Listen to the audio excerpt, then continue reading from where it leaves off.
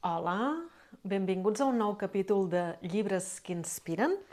Avui us porto Pema Chodron. Pema Chodron és una monja budista molt prolífica, ha escrit moltíssims llibres. En català només en trobem un traduït, que justament no és aquest que us porto, però sí que és cert que aquest que us porto avui, titulat en anglès When Things Fall Apart, el podeu trobar traduït al castellà. En tot cas, en català el podríem traduir quan tot se'n van orris, el podríem traduir com quan tot se'n van orris, i res, directament entro a llegir-vos uns fragments d'aquest llibre, que no té pèrdua, com cap dels llibres de la Pema Chodron, perquè ella és una persona que té aquesta gran capacitat d'explicar coses que tots experimentem, que tenen a veure amb allò emocional i amb com gestionar allò emocional, entenent que l'emoció té una part mental molt important, i ho explica d'una manera que és realment senzill d'entendre. I a més, sempre ens aporta solucions, eines per poder treballar amb aquestes dificultats que ens trobem en la relació amb nosaltres mateixos i amb la relació amb els altres i amb el món i amb la vida en general, i per assolir més pau i més felicitat. Sí?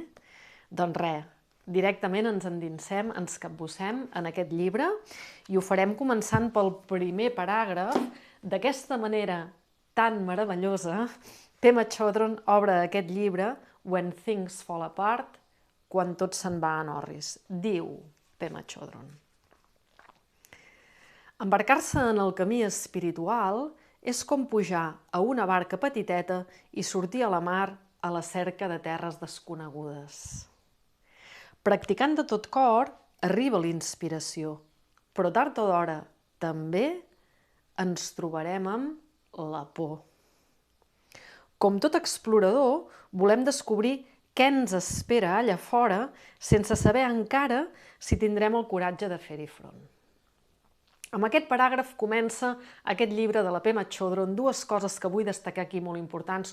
Una que ja hem vist, la vam veure amb Ravi Ravindra en el seu llibre L'ànima peregrina, i és que tots aquells de nosaltres que estem en aquest camí de transformació personal o de recerca espiritual, en realitat som exploradors, sí?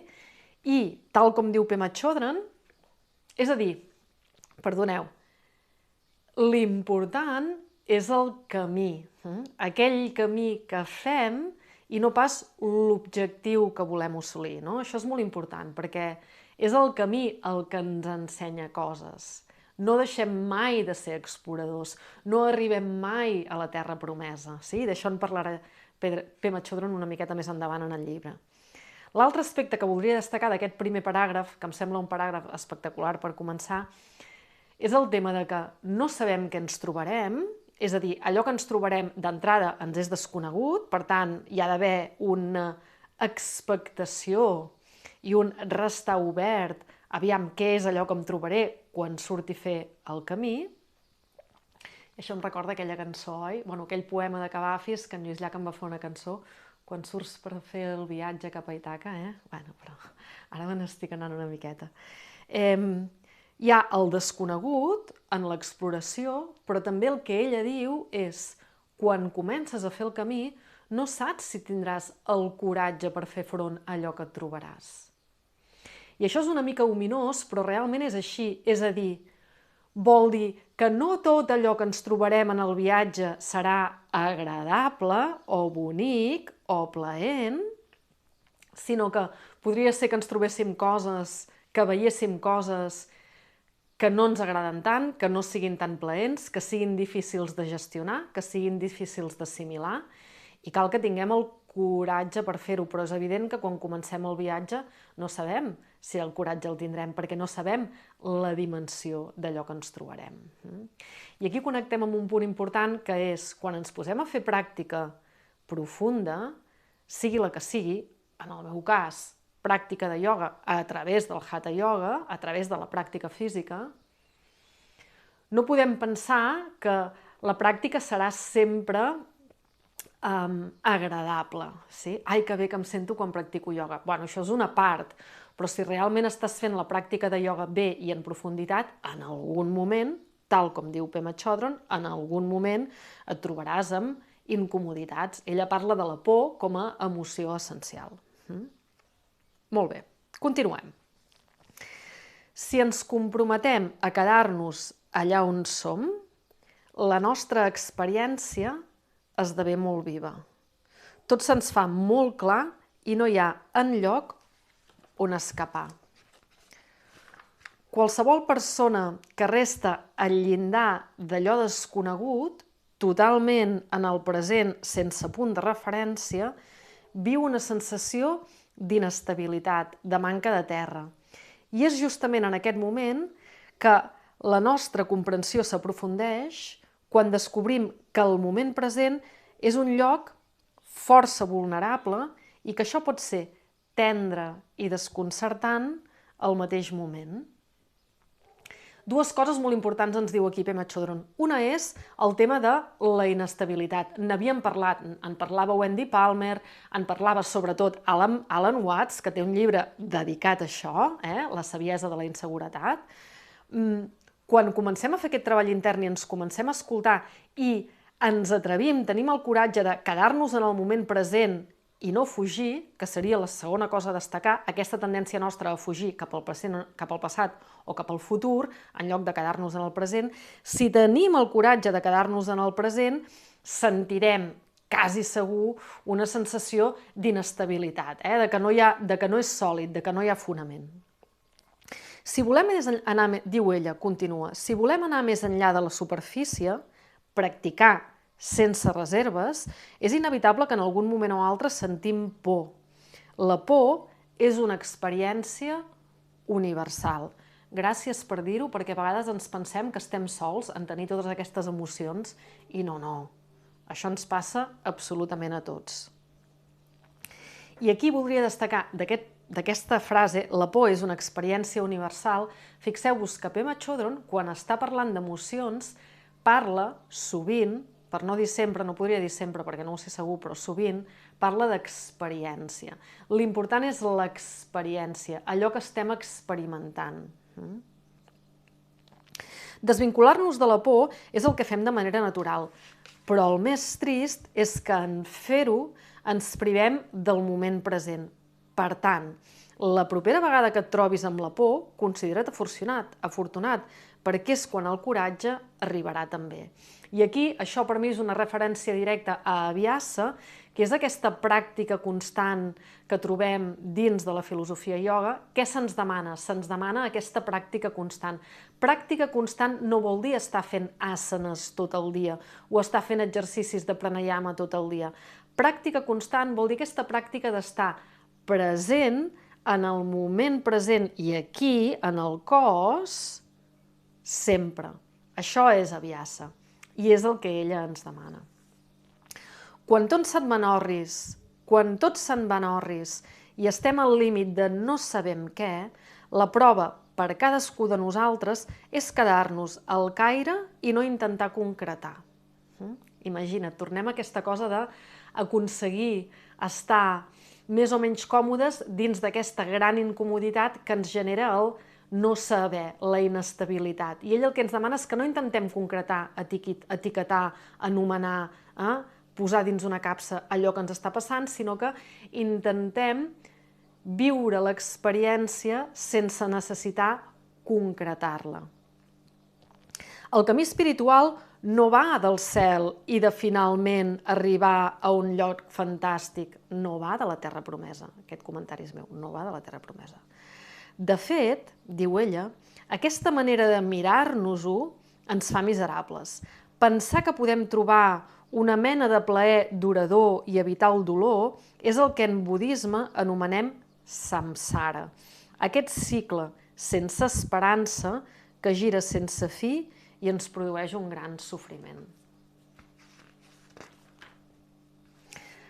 El camí espiritual implica anar més enllà de la por i l'esperança, endinsant-nos en territori desconegut, ja n'hem parlat d'això, si estàs en territori conegut, possiblement no estàs fent la feina, i movent-nos endavant contínuament. Torno a repetir-ho. El camí espiritual implica anar més enllà de la por i l'esperança, endinsant-nos en territori desconegut i movent-nos endavant contínuament. I ella diu, la meditació és una invitació a notar quan arribem al límit i no deixar-nos endur ni per la por ni per l'esperança. És a dir, la por seria no ho puc resistir, no? I llavors la ment es posa a fer una altra cosa perquè no pots resistir la sensació present. L'esperança seria pensar que en el futur arribaràs a la terra promesa i, per tant, també deixar d'estar en el moment present. Hi ha aquesta cosa també, això a mi em fa pensar també en aquesta cosa de que realment, quan estem fent la pràctica, és important que ens prenguem cada pràctica com si fos una pràctica nova. És a dir, que aprofitem cada pràctica que fem per realment permetre'ns entrar en territori desconegut. Si jo em poso a fer una postura o una seqüència de postures, sabent ja exactament quina serà l'experiència que tindré, m'estic negant del moment present. M'estic negant aquesta experiència pura perquè jo hi estic posant a sobre tota una sèrie de coses que jo ja sé, prejudicis, i que no m'estan permetent viure aquesta experiència plenament. Si no hi ha una vivència plena de l'experiència sense tot allò que ja sabíem abans, sense tota aquesta càrrega d'allò conegut, no hi haurà aprenentatge. L'aprenentatge, estic parlant d'aprenentatge espiritual, no d'aprenentatge intel·lectual. L'aprenentatge és només possible quan em poso a fer aquella pràctica com si fos la primera vegada que la faig, perquè realment aquesta pràctica que vaig a fer ara és la primera vegada que la faig. És aquest símil de veure o fer la pràctica amb la curiositat d'un infant. La manera de dissoldre la nostra resistència a la vida, que bonic, resistència a la vida, és mirar-la cara a cara. Ser capaços d'apreciar el moment present, ser capaços de mirar-nos de més a prop, ser capaços d'obrir la ment. Practicant bondat amorosa vers nosaltres mateixos sembla una molt bona manera de començar a il·luminar la foscor dels temps difícils. En budisme parlen molt de Maitri, que és una de les grans eines que tenen, que és aquesta bondat amorosa, el que en anglès normalment es tradueix com loving kindness, i que primer ha d'anar dirigit vers un mateix perquè llavors es pugui dirigir vers els altres i l'exterior. Però sobretot a mi el que m'interessa molt d'aquest paràgraf és el concepte de la resistència. Jo parlo molt de resistència en la meva pràctica, sentint-ho com una resistència, parlant normalment d'una resistència més de tipus físic o mental, però m'agrada molt això que ella diu resistència a la vida, perquè la vida és aquest flux constant de moviment i quan estem intentant controlar-ho, estem generant resistència. A què? A la vida.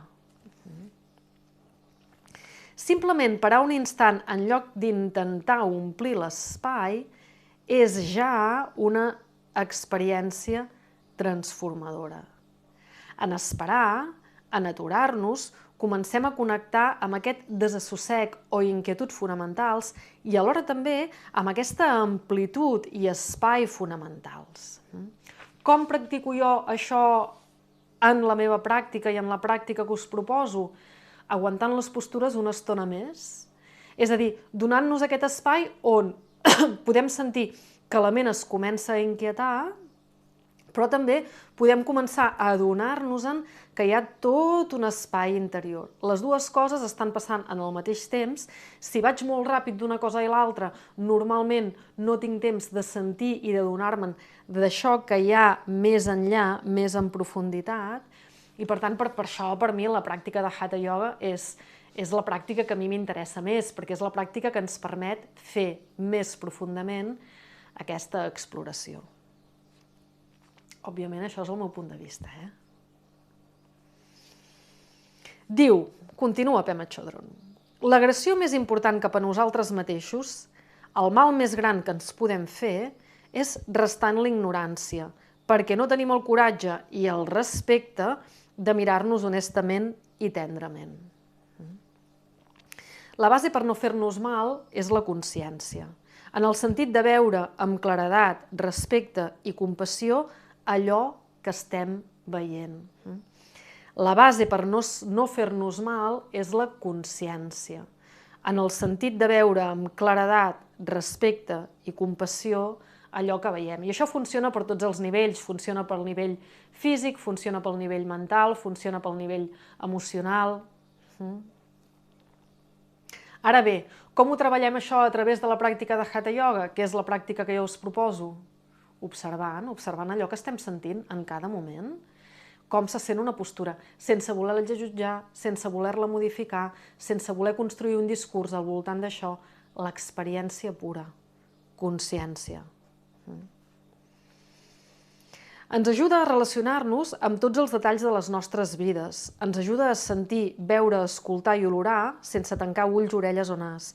És un viatge de vida per relacionar-nos honestament amb l'immediatesa de la nostra experiència.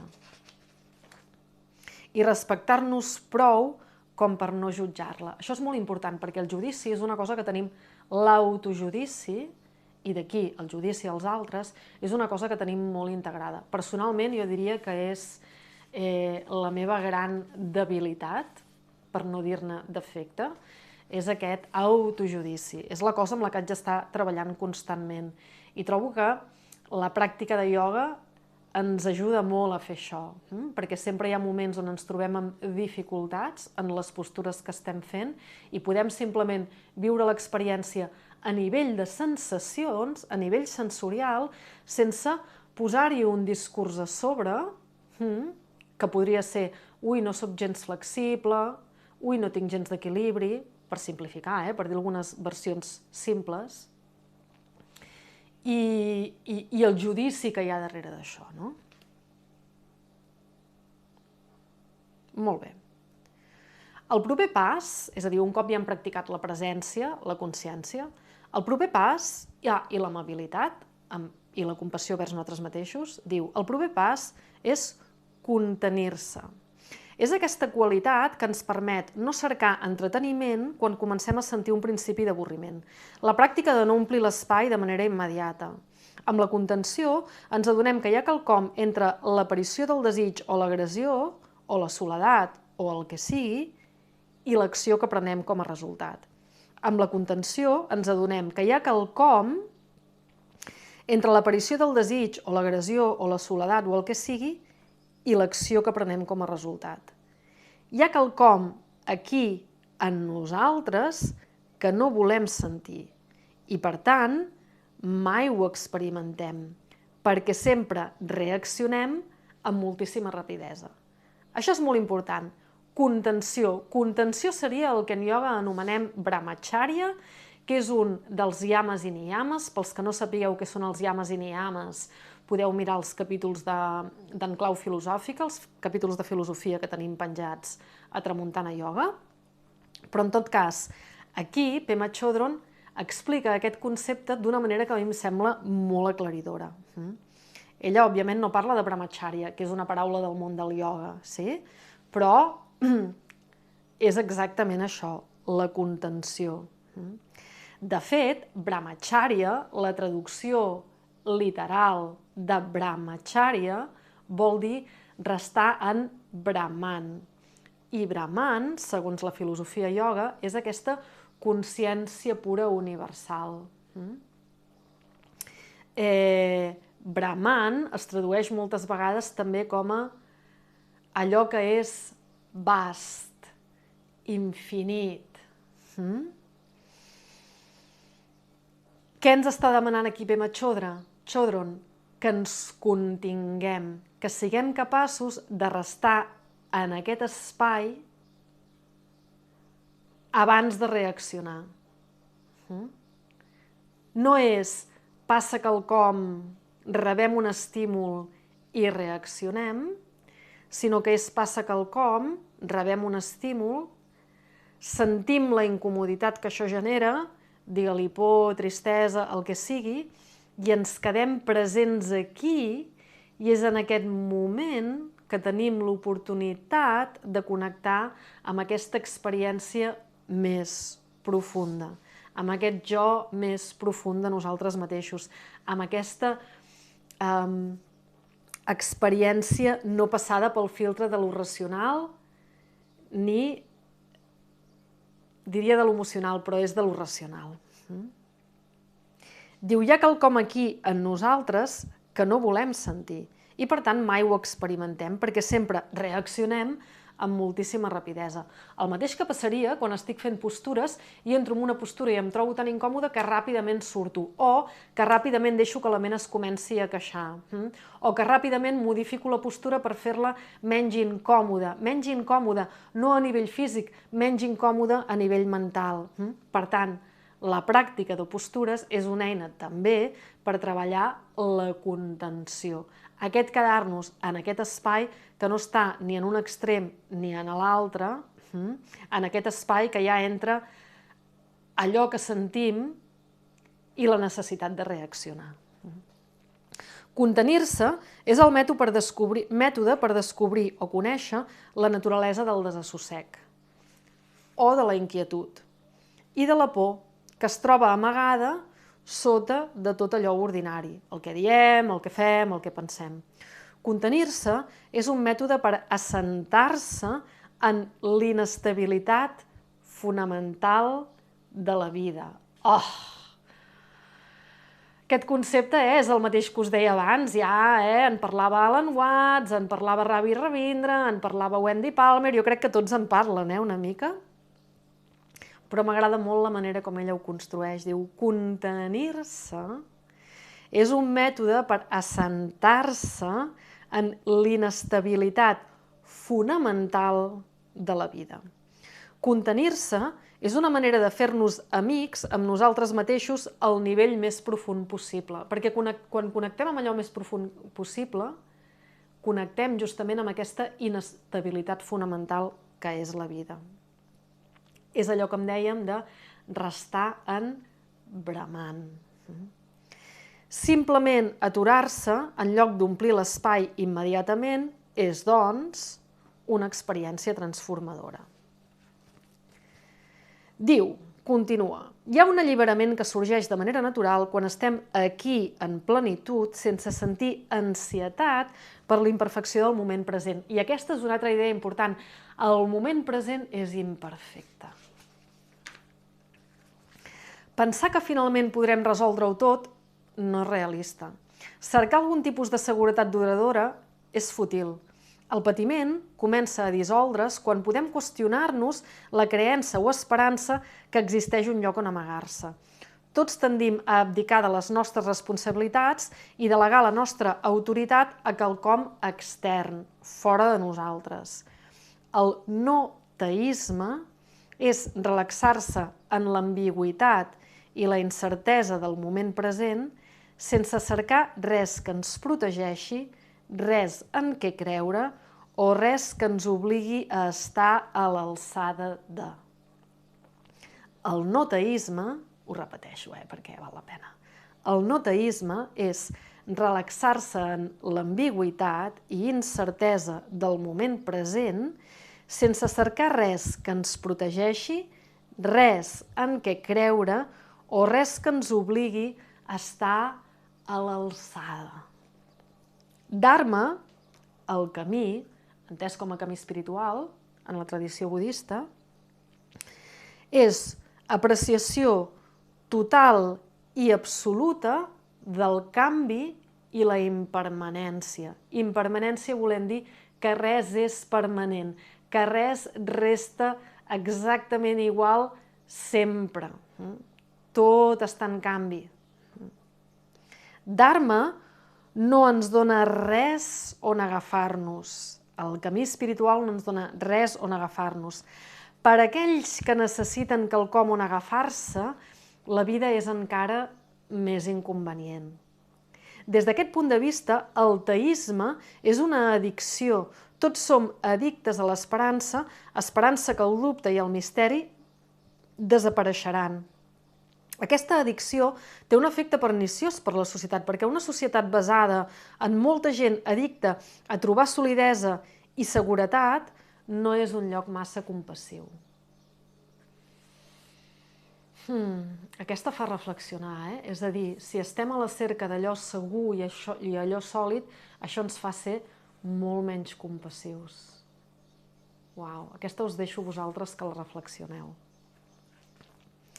Esperança i por sorgeixen d'un sentiment que quelcom ens manca, d'un sentiment de pobresa, d'una incapacitat de relaxar-nos amb nosaltres mateixos. Ens aferrem a l'esperança i l'esperança ens roba el moment present. Si ens endinsem en el camí espiritual, per trobar seguretat, no hem entès res. Aquí és dura, però és ben bé així. Si ens endinsem en el camí per trobar seguretat, no hem entès res. Tornem a aquell concepte que la vida és inestabilitat. I aquí faig referència de nou a Alan Watts, amb el seu fantàstic llibre sobre la inseguretat. Deixar anar és sovint desaferrament, el que en ioga en diem vairàgia i que en parlem sovint, però no amb la qualitat freda o llunyana que habitualment s'associa amb aquesta paraula. Aquest no aferrament té molta més bondat i intimitat que això. És, de fet, un desig de saber, de conèixer. Com les preguntes que fa un nen de 3 anys, volem conèixer el nostre dolor per tal de poder, finalment, deixar de fugir. I d'aquesta manera, les preguntes que ens fem són més inquisitives i amples cada vegada.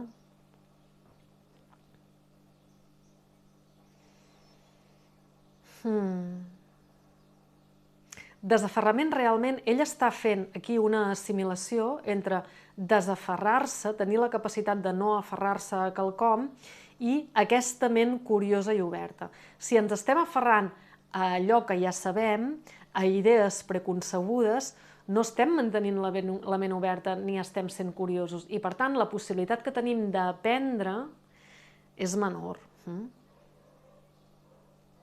Diu, practicant el desaferrament, les preguntes que ens fem són més inquisitives i amples cada vegada. I això té a veure amb aquest concepte de svadhyaya, que n'hem parlat moltes vegades, que podeu trobar també en els capítols de filosofia, que és aquest concepte de l'autoestudi que és essencial per la pràctica de ioga. La pràctica de ioga és una pràctica d'autoconeixement i passa per estudiar-se, observar-se, des de lo experiencial, des de l'experiència. Perquè les preguntes que ens fem siguin cada vegada més amples, més inquisitives i vagin més en profunditat, hem de practicar el desaferrament, perquè si jo vaig a fer preguntes amb tota una càrrega de tot allò que ja sé i aquelles idees preconcebudes que tinc, no m'estic obrint a la possibilitat de descobrir coses noves i que em sorgeixin preguntes noves. Com fem això a través de la pràctica de ioga?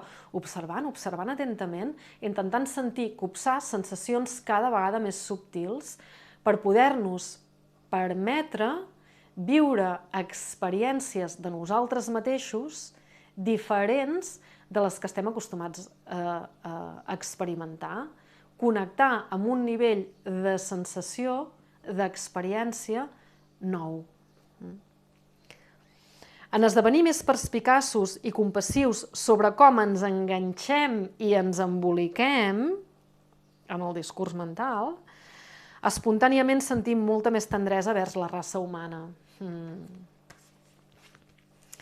I acabem amb aquests meravellosos paràgrafs que diuen: cerquem resolució i sentim que mereixem resolució, però ens mereixem quelcom molt millor.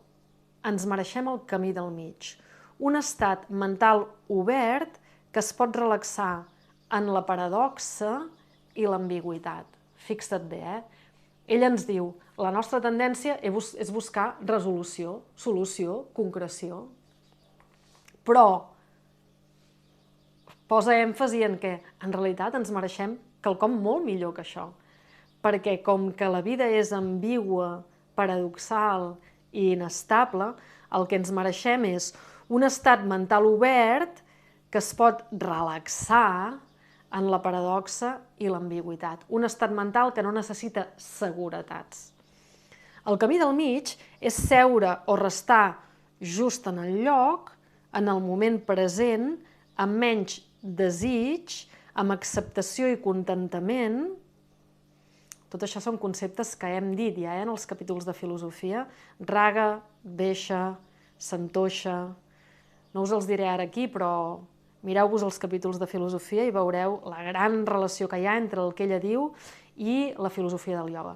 El camí del mig, torno a començar el paràgraf, és seure o restar just en el lloc, en el moment present, amb menys desig, amb acceptació i contentament, evitant activitat innecessària, amb completa disciplina, sense deambular pel món del desig ni cercar seguretat en el propi pensament discursiu. El camí del mig és el camí sagrat del guerrer. Tot això que diu en aquest paràgraf són coses que nosaltres podem experimentar mentre estem fent la pràctica de ioga. Diu, restar en el moment present. Això és el que se'ns demana, això és el que la pràctica de ioga suggereix, no? Amb menys desig, sempre estem aquella cosa que ens passa que voldríem que fos quelcom diferent o obtenir uns resultats determinats mentre estem practicant. Amb acceptació i contentament, practicar aquest estar bé amb allò que hi hagi, per molt incòmode que això sigui. Evitant activitat innecessària, aquella necessitat que sentim de moure'ns, d'ajustar la postura, de fer quelcom diferent del que estem fent per fer que l'experiència sigui més plaent, per evitar aquesta inquietud que hi ha a la ment.